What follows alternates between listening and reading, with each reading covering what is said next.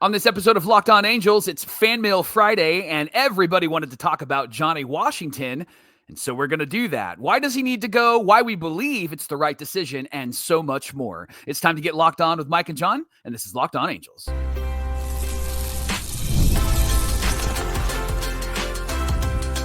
You are Locked On Angels, your daily Los Angeles Angels podcast. Part of the Locked On Podcast Network, your team every day. The best podcast around. Thanks for making Locked On Angels your first listen of the day. You can find us anywhere you get your podcasts, including Apple Podcasts, Spotify, and SiriusXM by searching Locked On Angels. And if you'd like to give back to the Super Halo Bros for all the Super Halo content, here's some things that you can do. Leave us a rate and a review on Apple Podcast. If you're watching on YouTube, hit that thumbs up button. And if you're not subscribed already, please subscribe and become a Locked On Everydayer. And whether you're watching or listening, come over to YouTube, leave a comment. One of the best ways to get in touch with John and I and be a part of the conversation. And this episode of Locked On Angels is brought to you by FanDuel. Right now, new customers like you can get $200 in bonus bets when your first $5 bet wins. Happy Friday to you, and thanks for being here for this episode of Locked On Angels, where it's your team every day. You've got the Frisch Brothers here with you, a.k.a. the Super Halo Bros. My name is John, and that's my brother Mike. And my name is Mike, and that's my brother John. We've been hosts of this channel for 4 years now. It's our 4th season here at Locked On Angels. We're talking Angels baseball with you Monday through Friday, every single weekday, 5 days a week. On today's show, everybody wanted to know for Fanmail Friday, what do we do about this hitting, and specifically Johnny Washington and him needing to go? So usually we answer a plethora, Michael, a cornucopia of questions on Fanmail Friday. But this came down to, I was writing this episode up and I was like, you know what? There's a lot to say here about Johnny Washington and the job or lack thereof that he has done with this team. So we're going to get into those questions. So let's start it off right. Let's start it off with this statement. It's time for the Angels to say goodbye to hitting coach Johnny Washington. Despite a great start to the year, those first 2 weeks, despite the 8-game win streak that quickly turned into a 5-game losing streak, there is way too much evidence that his approach for the hitters is not working. And we're not the only ones who feel this way either. Nicholas Gaviria on YouTube said, at this point, Johnny Washington and Tim Laker need to be fired. They are the hitting coaches. Their job is to get successful hitting out of the players, and they haven't accomplished that. Time for a change, a new voice. Go take that, find your pitch and end the at-bat to the garbage. I love that statement. Paul Breaks on YouTube said, how any of them still have a job is mind-blowing. Watching all the other orgs fire incompetent coaches and staff, but the Angels still try to hold on to friendships and emotions. Just make the business move and start firing. Lay down the hammer already. Angels win 5109 on YouTube said, fire Johnny Washington and hire Manny Ramirez. The reason why is because Lucas Ramirez is part of the Angels organization. So people are like, hey, we got his son. Let's bring in his dad. B. Westby on YouTube said, I've never seen a more hot and cold team than this one. Just pathetic. They refuse to change their approach. It makes sense when you look at the team stats. Bottom of the league in on-base percentage and average, and top 10 in slugging. That's right. And when they get hot, their slug is so high that they just demolish other teams like we saw in the A series. But most of the time, they aren't hot and they are miserably bad. Dale Thooms on YouTube said, why are the coaches still here? All caps. And then finally, Andres Jimenez, everydayer on YouTube said, I believe had the Angels offense not gotten hot, Johnny Washington would have been fired by now. Also, and again, there's a Hall of Famer who wants to be a hitting coach for an MLB team, and his son is in the Angels organization. Come on down, Manny. What do the Angels have to lose? Well, that's so good. I loved what Paul had to say there, John, just talking about make the business decision and stop leaning on friendship and emotions, right? Make the business decision. And that's something that the Angels haven't done when it comes to baseball decisions. They've done that in the business office, right? But they haven't done that when it comes to baseball decisions. Baseball decisions are secondary for this, baseball team. That's what's so frustrating about the Angels. And here's why, John. Let's review some of the things that Johnny Washington has said most recently to The Athletic when the Angels were going through their first slump. You almost said suck. I know. Yeah, I slumped that word. He said, and I quote, ending the at-bat when it should end. Translation, getting the pitch that the hitter wants in the at-bat to do something with. So that's what Johnny said first. Then he said, we're in the midst of what I think every team goes through. This is when they were struggling. You know what I mean? It's just part of the game. We've got to grind through this storm, and I feel like the process is good. Translation, My process isn't the problem. It's just a slump. And then he said, it's more like just stay the course. Through 162 games, each team will have reservations for a period of time, and the hits that you're getting earlier won't fall, and you're not going to be as lucky. Translation, our hits should be falling in. We're just not very lucky, right? That's what he said. Then the Athletic asked him, the high strikeouts and the low walk numbers are very glaring.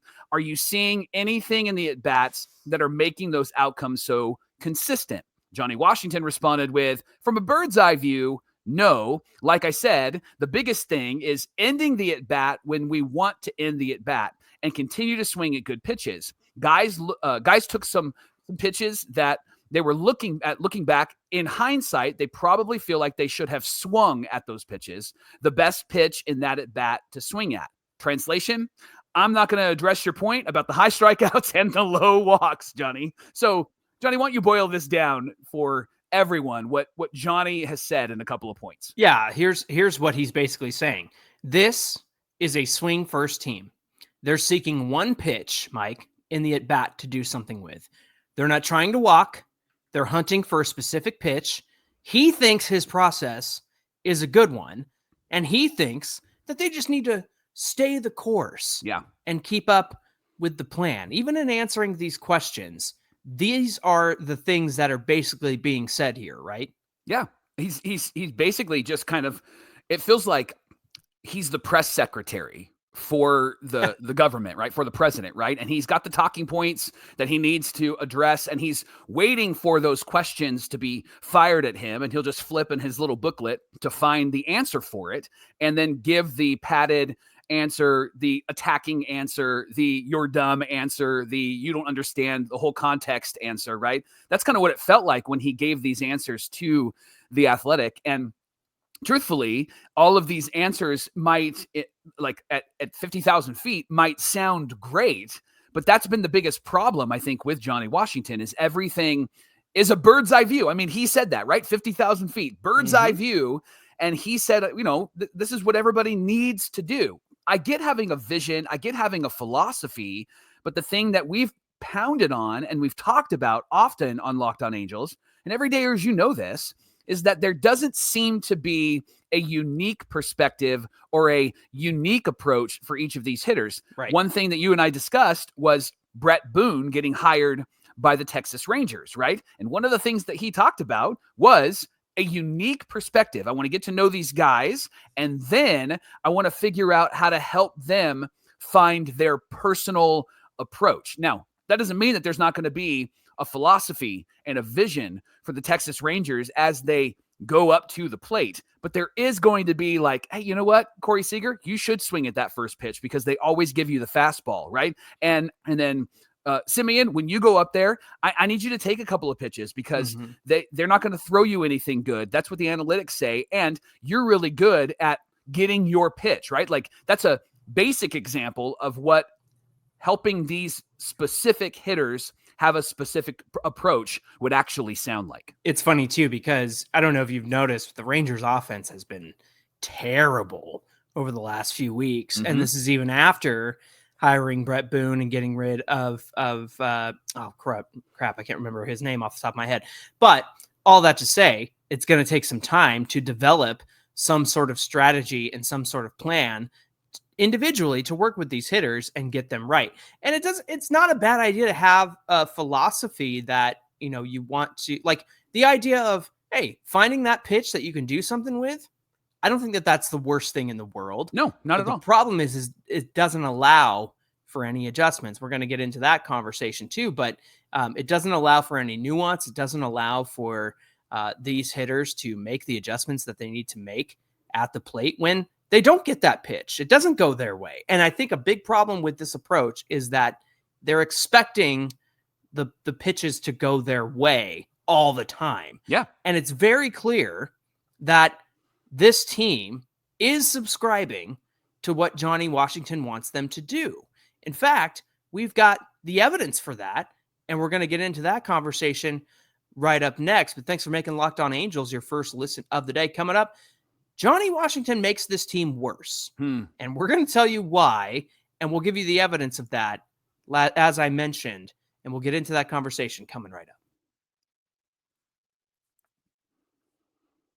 Johnny, I'm not a coffee drinker, but I married a coffee drinker, That's and right. she is a coffee connoisseur. She loves really good coffee, which means that she's picky. And so when Trade Coffee reached out and said, hey, we'd love to be a sponsor of Locked On Angels, I didn't have to say yes. My wife said yes for us because she loves good coffee, and Trade Coffee is the #1 coffee destination in the United States. They deliver fresh, incredible coffee from over 50 of the country's top roasters. So whether you're into cold brew or maybe pour over, they've got the roast that you're going to love. And then Trade will actually match you with the perfect coffee for you. Just take their online quiz, literally finish it in under a minute. I know that because I did it. And then Trade's going to send you the perfect match. So I filled it out. My wife was with me. We're answering some questions.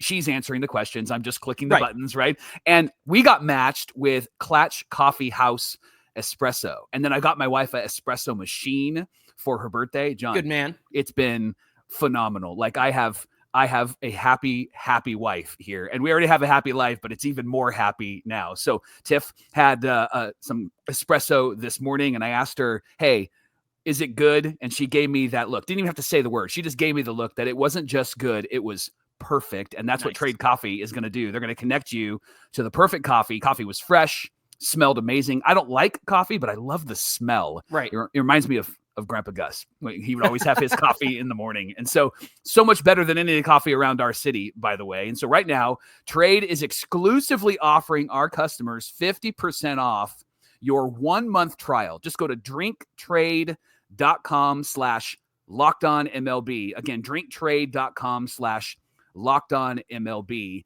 And you're going to get 50% off your first month. This is the Locked On Podcast Network, where it's your team every day. Thanks for making Locked On Angels your first listen of the day. It's a Fanmail Friday, and all of our inbox was full of questions about Johnny Washington. And so we decided to essentially do a dissertation on, why this guy needs to go. And I want to reiterate that Johnny Washington makes this team worse. Yeah. And here's the problem with keeping him on this coaching staff. He's making everyone on this team bad. Here's what we said in segment 1 and what his coaching instruction comes down to. It's a swing first team. They're seeking one pitch in the at-bat to do some damage on. And as our everydayer, I'm going back up to the questions here.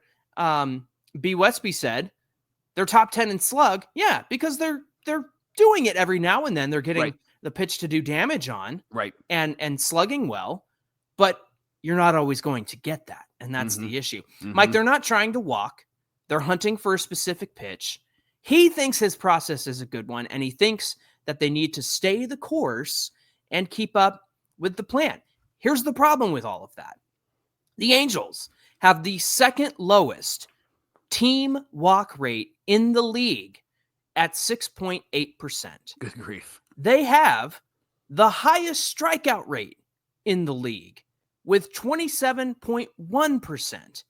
And the Angels are clearly following Johnny Washington's approach. Now, we've heard a lot of conversation, and we talked about Perry Manassi in a few days ago, talking about, these guys got to execute and they got to do this and they got to that. Well, here's the problem. They're executing the game plan and they're doing what they're supposed to do, what they're being coached to do. Yeah. Oftentimes we will get into the conversation of, well, is it the coach or is it just the players who stink? Well, they're doing what the coach wants them to do. The problem is the approach stinks. The coaching stinks. And he's making this team worse. Yeah. In fact, let's talk about everybody has been piling on him because he's not been great this season. But Mike, let's take Kevin Newman, for example. Right now he's hitting 180. He's got an on-base percentage of 196. He's striking out 29.3% of the time, almost 30%. Get this. He's walking 1.9% of the time. But how did he do as a Diamondback just last year? Johnny, these numbers are staggering because he was a 278 hitter last year. On-base percentage of 311. He was striking out 15.4% of the time, walking 4.8% of the time. And those numbers are fine numbers for a bench guy. And that is why he was signed, to be a bench guy, right? That's why he was brought here, which this is who Newman is. If you look at his history, it wasn't just one really good year. Right. It's been a few good years. And so if Newman was putting up those numbers, man, he'd be a great bench guy, even if he wasn't hitting the 270 mark and he was the 250 mark. Right. Great bench guy, but he has completely fallen off since he got under the tutelage of Johnny Washington. He's striking out twice as much as he did all last season. 29.3% of the time this year, 15.4% of the time last year. How about Travis d'Arnaud striking out at a 29.8% rate, which is almost 30%. Mike, that's more than he struck out in the last 6 years of his career. Wow. Right now, he's got a walk rate of 4.8%. That's the second lowest walk rate of his career. And he's had a long career. And right now he has the second worst walk rate of his career by virtue of the fact that he's on this Angel team and he's following the instruction of Johnny Washington. One thing that stands out to me is when d'Arnaud was really struggling and he was being interviewed by Jeff Fletcher of the OC Register, he told Jeff, you know what? I just was doing a lot of things that I just hadn't done in the past, and I decided to go back to what I was doing in the past. How wild is that? Yeah, where does that come from? Right. When you're like, oh, I got to get back to what I used to do when I was good, and I know what I'm doing because I'm a 13-year veteran or whatever the case. Which goes to show that this isn't just a young guy's need to try to produce. It's the older vets are just not coming through. This is an example of two specific guys that weren't on this team last year and were really good, and then are on this team and are not as good as they were. Let's add a third name to that, John. Jorge Soler never had a season with a double-digit walk rate. Without a double-digit without a double-digit walk rate. This year, 8.1. Yeah. This is the first time he's ever had a walk rate below double digits. And he's on the Angels under the tutelage of Johnny Washington. So not only is Johnny Washington having influence over our young hitters, he's made these veterans worse. And a lot of these categories, he's made them worse than they've ever been in their entire career. And then if you need a reminder of why he's bad for the young players, look no further than Logan Hoppy against Devin Williams the other night. Now, I mentioned this the day after it happened, but Logan Hoppy is a respectful, young, and talented player. So, of course, he's going to be somebody who absorbs information, takes in what his coaches are telling him to do, whether that's the hitting coach, the catching coach, all of that stuff. He's a sponge. And that's why we like guys like Neto and Hoppy, because they are sponges and they're willing to learn. The problem is who's teaching him. And so as a young, respectful player, of course he's going to try to implement what his coach is telling him to do. So what did he do against Devin Williams the other night? He tried to, in Johnny Washington's words, end the at-bat when he should have ended it. Yep. And that was swinging at the fastball that we've all talked about it. Logan normally does damage on this, but isn't this exactly what's going wrong with this team? What should have been a walk was the last out of the game. Yeah. Because the players are listening to their hitting coach. Logan Hoppy, again, he's a receptive, young, talented player who is going to listen to his hitting coaches. The problem is the instruction stinks. Right. And I think that he's going to do more damage to these young players than in the long run if they continue to listen to him. But here's the problem, Mike. It's his plan. It's working, right? It's just a slump, right? We have to trust the process, right? To me, that sounds like somebody who is way too overconfident in the job that they're doing. Don't you agree? Yeah, absolutely. And I think here's where it really impacts this team. And we've seen it as everydayers watching this team every day. When Logan Hoppy gets called out on strike 3 in that last game in the Yankee series, and the ball is 1.5 inches off of the plate, right? Hoppy says something to the ump, which is right. And that was a terrible call. But we've seen that all the way through this series. And we've seen that a lot this year. And yet there isn't any adjustment. There isn't any, got to fight that pitch off, right? And all game long, that ump was calling some pitches, and I looked at the ump scorecard. There was a ton of pitches down and away, low, at the bottom of the strike zone that he was calling a strike. Mm-hmm. And there was no adjustment at all, which what I look for is at least try to foul it off, right? Yeah. At least try to, because if he's going to call that a strike, you can't count on him to not call it a strike in a key at bat. This is not to blame Logan Hoppy for not swinging at that pitch, because it was off the plate. Right. But it was an example of what the Angels just haven't been doing all night against the Yanks, and then all year long when they get called out on really terrible pitches that are off the plate away or off the plate down.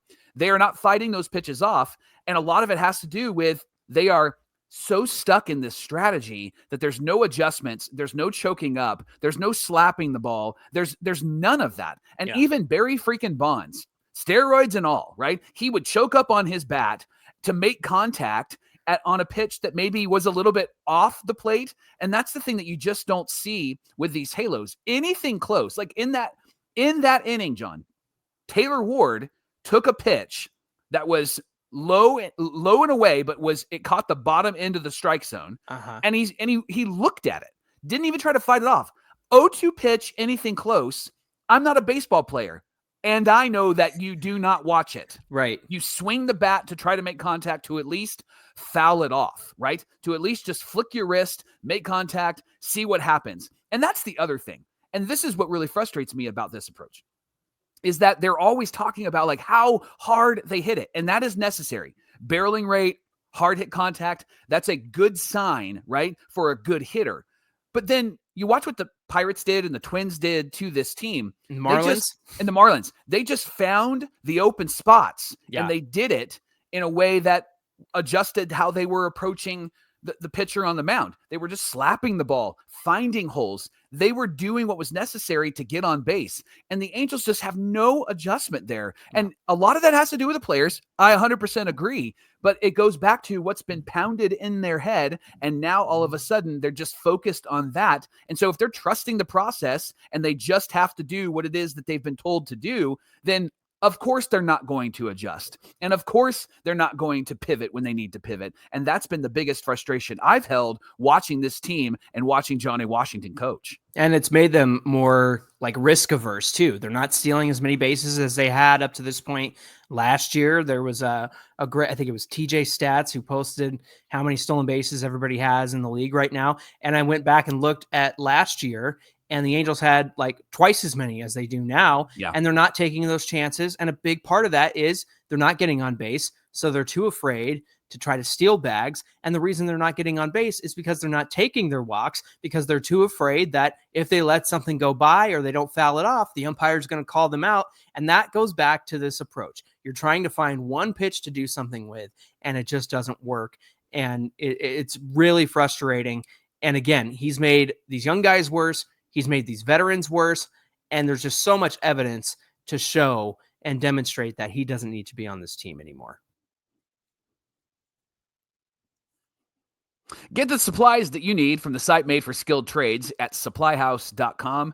Whether it's HVAC or plumbing or electrical work, supplyhouse.com is a reliable way to order products online. They got an easy-to-use website packed with helpful resources, the latest product info so that you can get the job done right. Plus, they have an inventory of over 200,000 parts with over 400 plus top brands. You're going to find exactly what you need delivered fast from coast to coast. And if you need help with an order, Supply House offers expert support and industry-leading service. You're always going to talk to a real person. And if you're a trade pro looking for a little bit of an extra edge, they have a free Trade Master program, offers exclusive perks like a dedicated phone line, free shipping, discounts on every order. You need that for your business. And so check out their website right now, supplyhouse.com/TM. That's where the Trade Master program can be found. And you can start ordering plumbing, HVAC, and electrical supplies with just a few clicks at supplyhouse.com. And when you do, use our promo code SH5 for 5% off your first order. Again, that's supplyhouse.com. So here's the long and short of it, Mike. Johnny's plan isn't working, and the results show it. Again, second worst walk rate in the league, first worst strikeout rate in the league.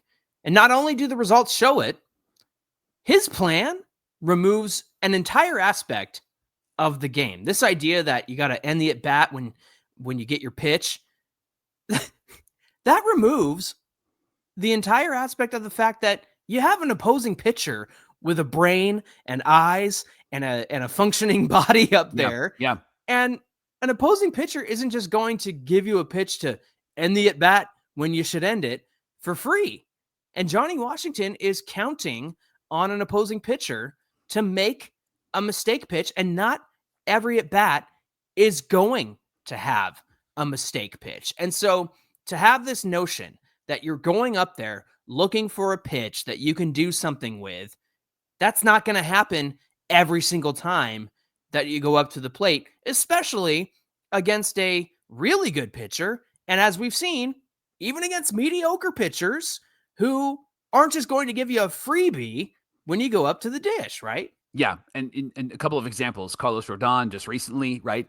You tweeted it, he was throwing a pitch low and away, and he kept trying to get them to swing at it, and the Angels just kept swinging at it. And so he didn't have to adjust his approach at all. Yeah. And then former Angel Andrew Heaney, when he pitched against us, he's pitching with the Pittsburgh Pirates, and he's throwing a fastball that the Angels are missing 89 to 90 miles an hour. And you had a great stat about how it had some drop value and how it can be deceiving, but he didn't have to adjust because they were swinging at it every single time. Mm-hmm. Didn't matter. And then the sweeper has been kind of the antagonist for the Angels this year, because the sweeper has been something that pitchers have thrown, and they're starting on the outside edge of the strike zone. Yeah, and they're not even over the plate. Yeah. No. So you brought up something that we talked about earlier this week, like getting your pitch.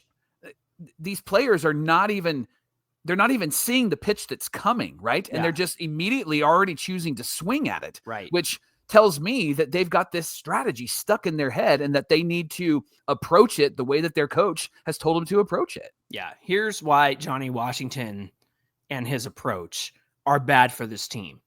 I've said it already. It's a swing first mentality. It doesn't encourage walks. And because it's a swing first mentality, you're trying to do all your damage by putting the ball in play. And sometimes you're just not going to get a good pitch to put the ball in play on, and you need to take your walk. It doesn't encourage any adjustments.